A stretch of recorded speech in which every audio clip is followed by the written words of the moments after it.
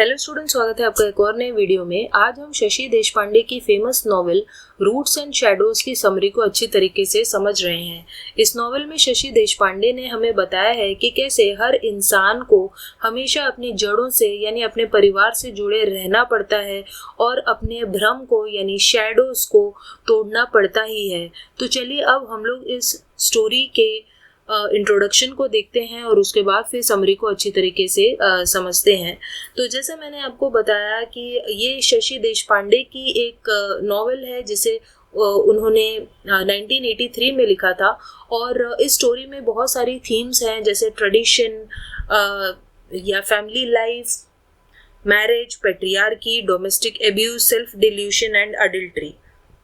यानी फैमिली में क्या क्या ट्रेडिशंस होते हैं जो हमें फॉलो करने पड़ते हैं और शादी के रस्मों रिवाज जो लोगों को फॉलो करने पड़ते हैं। डोमेस्टिक एब्यूज़ यानी कि घरेलू हिंसा, सेल्फ डिल्यूशन यानी कैसे इंसान हमेशा भ्रम में रहता है, और अडल्ट्री कभी कभी वो नादानियाँ कर बैठता है और अफेयर्स वगैरह कर लेता है। ये सारी छोटी छोटी थीम्स हैं जो इस नॉवेल में आई हैं जिनके बारे में हम समरी में समझेंगे।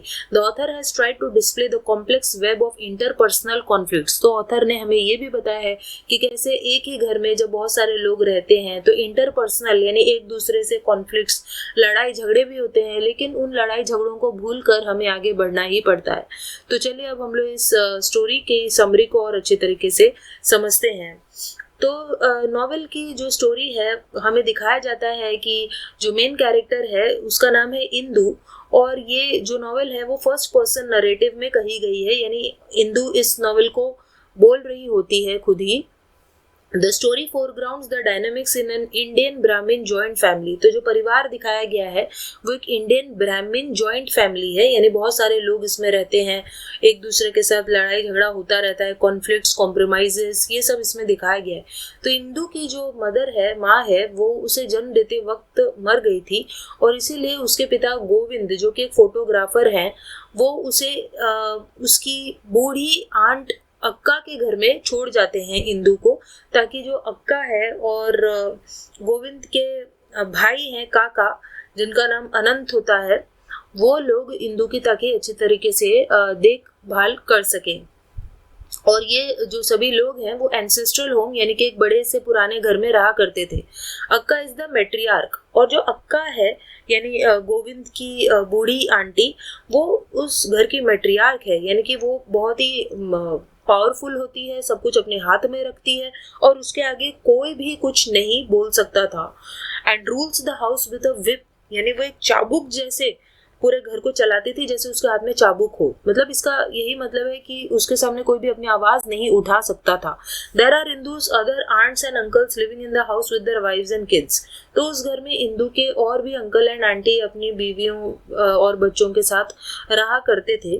तो जो इंदु है वो जब ये सब देखती है कि कैसे जो अक्का है हर चीज को कंट्रोल करती है और उसके घर का माहौल बहुत ही ज्यादा कंजर्वेटिव है, इंदु को ये सब पसंद नहीं आता और वो रिबेलियस हो जाती है। वो अक्का की बात नहीं मानती थी और उसे जो ठीक लगता था अपनी फैंसी और अपनी अंडरस्टैंडिंग के हिसाब से वो काम करती है। She finally succeeds in her endeavour when she leaves the house at age of 18। 18 साल की होते होते वो घर को छोड़कर चली जाती है और फाइनली उसे जो पसंद होता है वो उससे शादी कर लेती है, जिसका नाम होता है जयंत। तो एक जयंत नाम के इंसान से वो शादी कर लेती है, जबकि जयंत जो था वो उसके कास्ट का नहीं होता है। उसके बाद इंदु एक राइटर के तौर पर एक मैगजीन में काम करने लगती है, but wishes to take up a different form of writing which would satiate the novelist inside her। लेकिन वो एक नॉवेलिस्ट बनना चाहती है, तो वो एक अलग तरह की राइटिंग करना चाहती थी, लेकिन उस चीज़ को कोई बढ़ावा नहीं देता और फाइनली उसे उस मैगजीन में ही काम करना पड़ता है। She is a doting wife, वो एक बहुत अच्छी पत्नी है और काफ़ी ड्यूटीफुल है, यानी कि जो भी जयंत कहता है उसे वो करती है। And self effacing as the domesticated housewives she always resented। तो जिन डोमेस्टिकेटेड हाउसवाइव्स यानी जिन घरेलू औरतों से वो हमेशा से नफरत करते आई थी कि कैसे वो हमेशा आदमियों का कहना मानती हैं, वो इंदु भी खुद एक वैसी ही बीवी बनकर रह गई थी।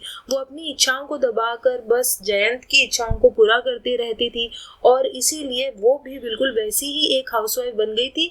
जिन हाउसवाइफ से वो नफरत किया करती थी, उसे पसंद नहीं थी ऐसी औरतें जो सिर्फ आदमियों का कहना मानती मानती हैं, लेकिन वो खुद भी ऐसी ही एक औरत बन गई थी. She hides her dependence on Jayant and the hypocrisy of her emotions and actions builds a stream of angst and guilt inside of her. लेकिन वो ये सारी चीजें जयंत के सामने कभी प्रकट नहीं करती कि उसकी भी कोई इच्छाएं हैं, उसके भी कोई पैशंस है. वो बस जयंत के साथ हाँ में हाँ मिलाती है, और इस हिपोक्रेसी की वजह से, यानी वो जो बाहर दिखावा कर रही है अंदर वो वैसी बिल्कुल नहीं है, इस वजह से उसके अंदर बहुत ज़्यादा गिल्ट और बहुत ज़्यादा गुस्सा भर जाता है, क्योंकि वो अपनी इच्छाएं पूरी नहीं कर पा रही थी. At the age of 29 she returns to her family house. तो जब वो 29 years की होती है तब वो फिर से अपने एंसेस्ट्रल हाउस में आती है, क्योंकि अक्का मरने वाली होती है. और 10 साल से इंदु और अक्का ने कुछ भी बात नहीं की होती है और ना ही एक दूसरे को देखा होता है. इसीलिए जब इंदु को ये पता चलता है कि अक्का अपनी सारी संपत्ति इंदु के नाम करके गई है, तब इंदु को बहुत ज़्यादा शौक लगता है. She hides the information from the rest of the family. वो फैमिली में बाकी किसी को ये बात नहीं बताती है कि सारी संपत्ति उसके नाम पे हो गई है, until her final rights when the probate lawyer Shyamrao reads अक्का's will to the entire will. उसके बाद अक्का के फाइनल राइट्स, अंतिम संस्कार होता है, और श्यामराव जो कि उनके फैमिली का लॉयर होता है वो अक्का की जो वसीयत है उसे पढ़कर सुनाता है, और इससे सबको पता चल जाता है कि अक्का अपनी सारी प्रॉपर्टी जो है वो इंदु के नाम करके गई है.